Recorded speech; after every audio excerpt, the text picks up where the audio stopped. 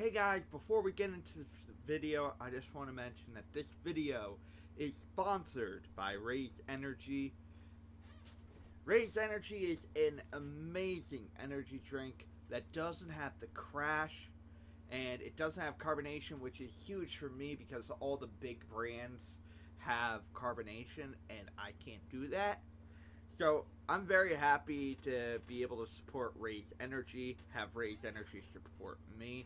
The flavor I have right here is strawberry culotta, but they have a bunch of different flavors: Apollo, Baja Lime, Galaxy Burst, Grape Bubblegum, Guava Mango, Phantom Freeze, Sour Gummy Worms, Strawberry Culotta, Voodoo, and Watermelon Frost. You know, my favorite is Grape Bubblegum. I also really love the Guava Mango. Another very popular favorite is the Sour Gummy Worm. If you go to their website, you can get a free sampler pack to try out these different flavors of Raise Energy. See how you like them. And all you have to do is pay shipping on it. If you are interested in buying from Raise Energy, check out the link down below and use my promo code TylerMoore614 to get 15% off. Hopefully you guys enjoyed it as much as I do. It's going to be a very big part of the channel moving forward.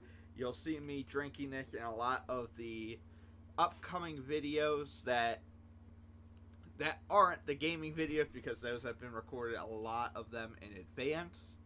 And you'll start to see more Raise Energy logos within the channel as well. I'm very excited to be able to partner with them. I love this drink. It has a lot of flavor. It doesn't have the crash that you usually get with energy drinks, which is huge, especially if you don't tend to work off of a normal sleep schedule.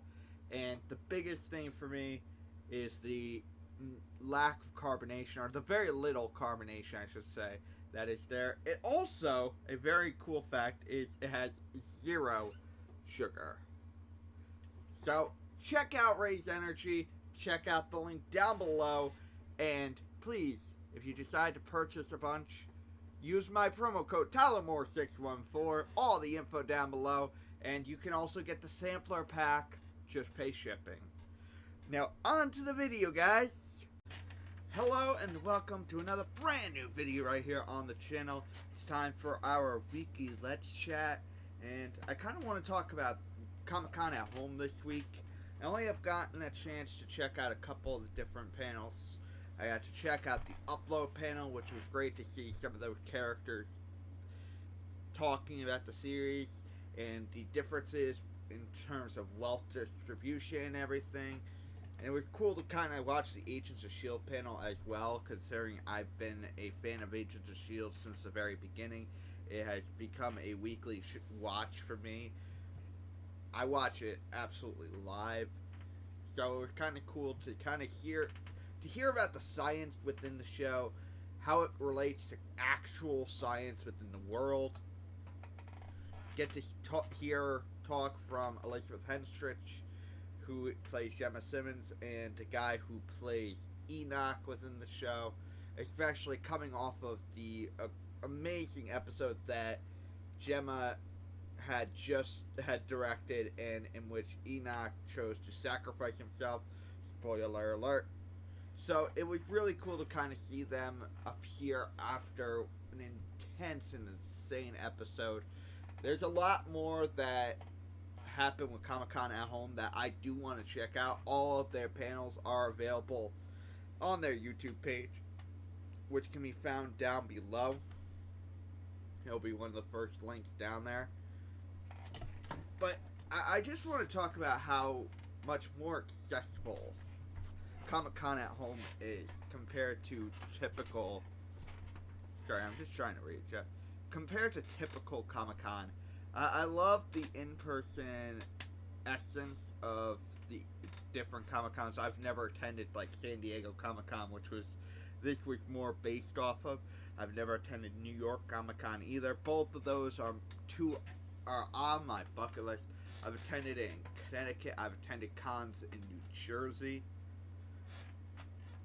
And you can't replace the essence of an in-person legitimate con. However, I loved that this con was a lot more accessible to the people. I do think there is a way to be able to have this in the future and still make money for like San Diego and everything. I think they should be able to have these panels in person, but also film and for people that are able to go and want to be able to meet all the different actors and everything. There's so much money they can make in person in a venue. But I do think that these types of things should be accessible. These panels and everything should be accessible, even if you don't have it live like they did. They had live for all of the panels. Even if you don't do it live, if you are able to release these panels a couple hours after and allow the general public to do it, or what you could do is set up like a Patreon or something and have tiers and be able to have people pay for specific different types of content. There's a lot of different ways you can do it to still make it accessible without having to go to the convention center itself. And I'm hoping that Comic-Con International takes a look at what just happened with Comic-Con at home and realizes we have a huge opportunity. They have a huge opportunity there, and whether or not they're able to harness that opportunity is another thing. But they have an opportunity to be able to reach a much wider and greater audience. They know they can handle posting all this stuff online. They did it this year. They did everything for free this year. So imagine what they could do if they are doing this at a convention center with all the money that they get from the con itself.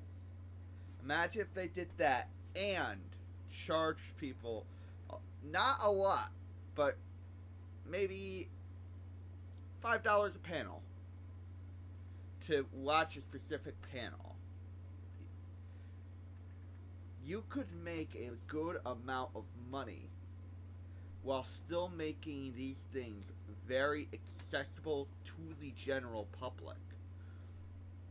And I'm hoping that they will understand from this and be able to realize what they can achieve by combining what they did this past weekend with Comic-Con at home and bringing in that actual convention experience as well. I'm intrigued to see what they do moving forward. I think if they can find a way to make it more accessible to people like me who aren't going to travel to San Diego, across the country to San Diego, and pay a ton of money to go to a convention, as much as I would love to go to San Diego Comic-Con, if they can make it accessible to people like me, we'll be in a lot better of a position. Thank you guys for watching. Hopefully I'll see you guys tonight for another Mets recap. And if not, I will see you tomorrow for a brand new original song video. Thank you and God bless.